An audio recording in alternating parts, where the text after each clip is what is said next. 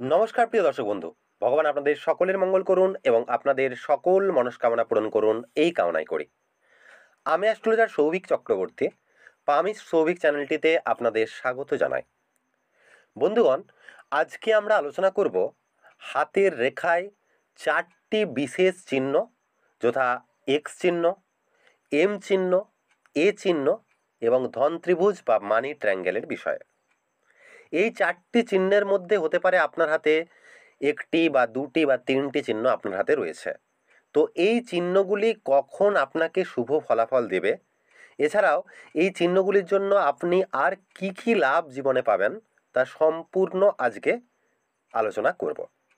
তাই সম্পূর্ণ ভিডিওটি শেষ পর্যন্ত দেখতে থাকুন। আর ভিডিওটি যদি ভালো লেগে থাকে তাহলে অবশ্যই বলবো একটি লাইক আর কমেন্ট করে অবশ্যই জানাতে ভুলবেন না। তো চলুন মূল আলোচনায় প্রবেশ করা যাক। প্রথমেই আমরা আজকে আলোচনা করব ক্রস চিহ্নের বিষয়ে। আজকে যে ক্রস চিহ্নটি সম্পর্কে আমরা বলবো সেটি অতি পরিচিত একটি ক্রস চিহ্ন, অর্থাৎ মিস্টিক ক্রস বা মিস্টিরিয়াস ক্রস চিহ্নের বিষয়ে। তো আমরা প্রায় সকলেই জানি যে মিস্টিক ক্রসের বিষয় বা মিস্টিক ক্রস হাতে কোথায় থেকে থাকে।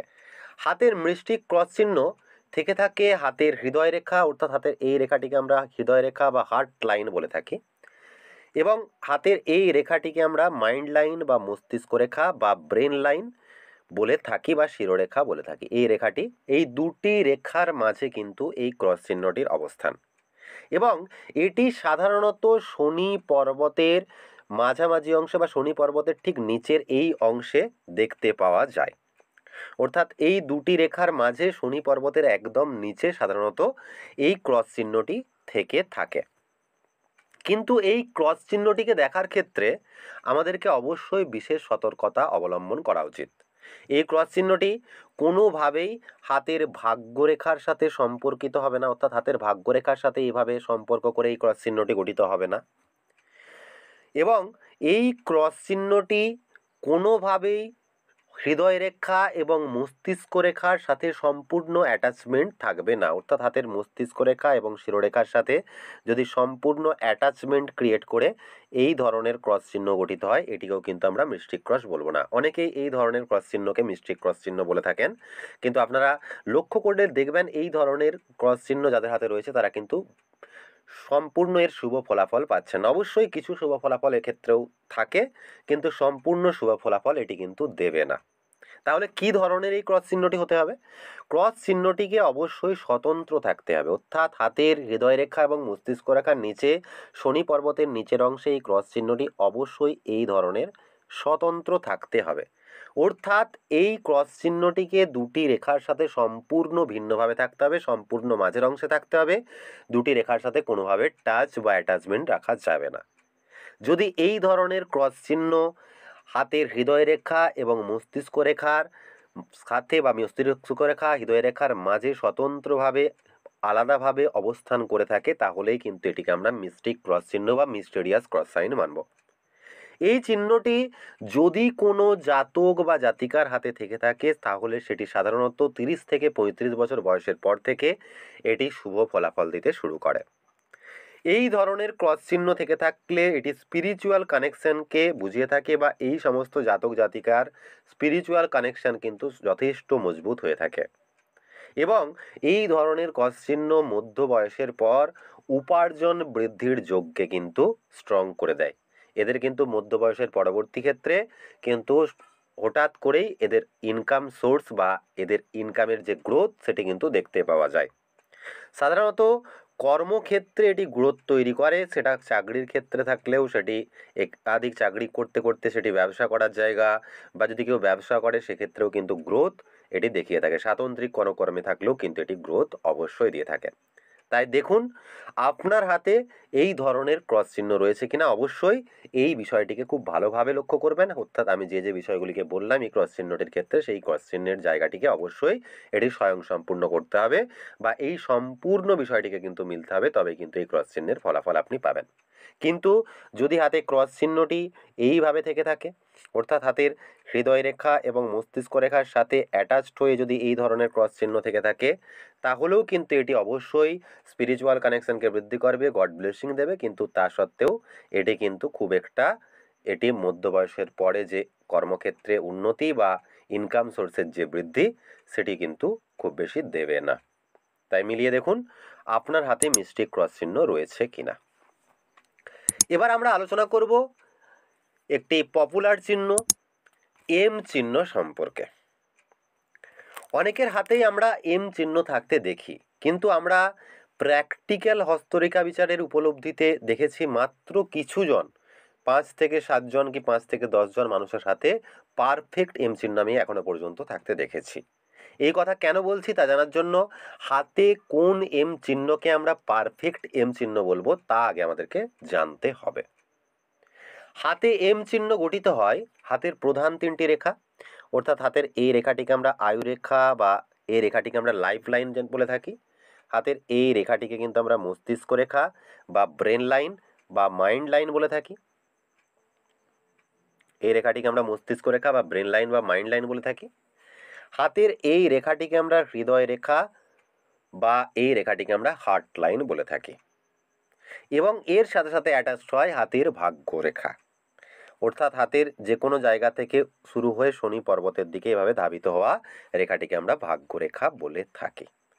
এক্ষেত্রে হাতের এম চিহ্নটি গঠন হওয়ার ক্ষেত্রে একটি বিষয়কে অবশ্যই লক্ষ্য করতে হবে, যে হাতের ভাগ্যরেখা এবং হৃদয় রেখার শেষ অংশের মিশ্রণ।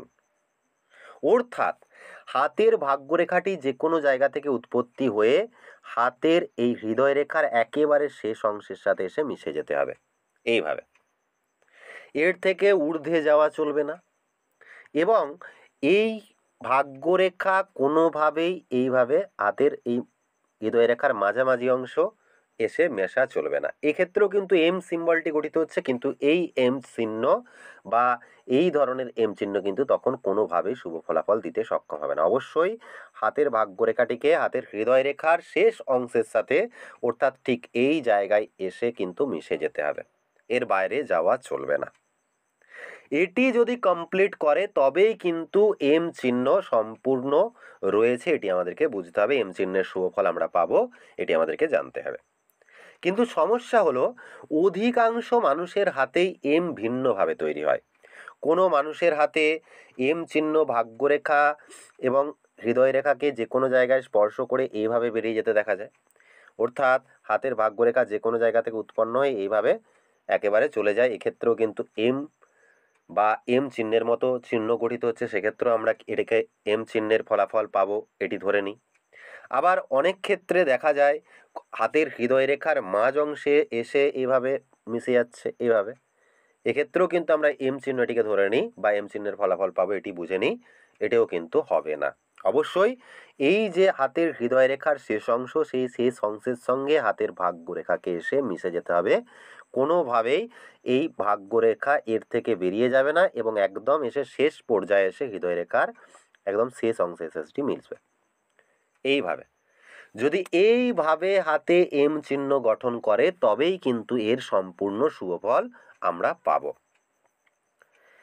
এম চিহ্ন যদি হাতে কোনো জাতক বা জাতিকার হাতে সম্পূর্ণ পারফেক্টভাবে তৈরি হয়, তাহলে সেই ব্যক্তির মধ্যে পর্যাপ্ত মাত্রায় জীবন শক্তি থাকবে, যা আপনার পরিশ্রমকে ইন্ডিকেট করছে। এছাড়াও এই ব্যক্তি তার নলেজকে পারফেক্টলি কাজে লাগাতে পারবেন। এছাড়াও প্ল্যানিংয়ে ফুল ফোকাস করতে এরা কিন্তু সক্ষম হবে এবং পরিশ্রমের যথার্থ রেজাল্টও কিন্তু অবশ্যই এই জাতক বা জাতিকারা জীবনে পাবেন। অর্থাৎ এরা যে কোনো ফিল্ডেই থাকুক না কেন সেই ফিল্ডেই কিন্তু এরা সাকসেস পেতে সক্ষম হবে। কিন্তু অবশ্যই এক্ষেত্রেও এম চিহ্নের গঠনমূলক বৈশিষ্ট্যকে আমাদেরকে অবশ্যই দেখতে হবে। এই ধরনের এম চিহ্ন হলে তবেই কিন্তু এর শুভ ফল আমরা পাব। এবার আমরা আলোচনা করব আরও একটি বিশেষ চিহ্ন, এ চিহ্নের বিষয়। এই এ চিহ্ন তৈরি হয় হাতের আয়ুরেখা, অর্থাৎ হাতের এই রেখাটিকে আমরা আয়ুরেখা, হাতের এই রেখাটিকে আমরা আয়ুরেখা বা মস্তিষ্ক রেখা হাতের এই রেখাটিকে আমরা আয়ুরেখা বা জীবন রেখা বলে থাকি, লাইফ লাইন।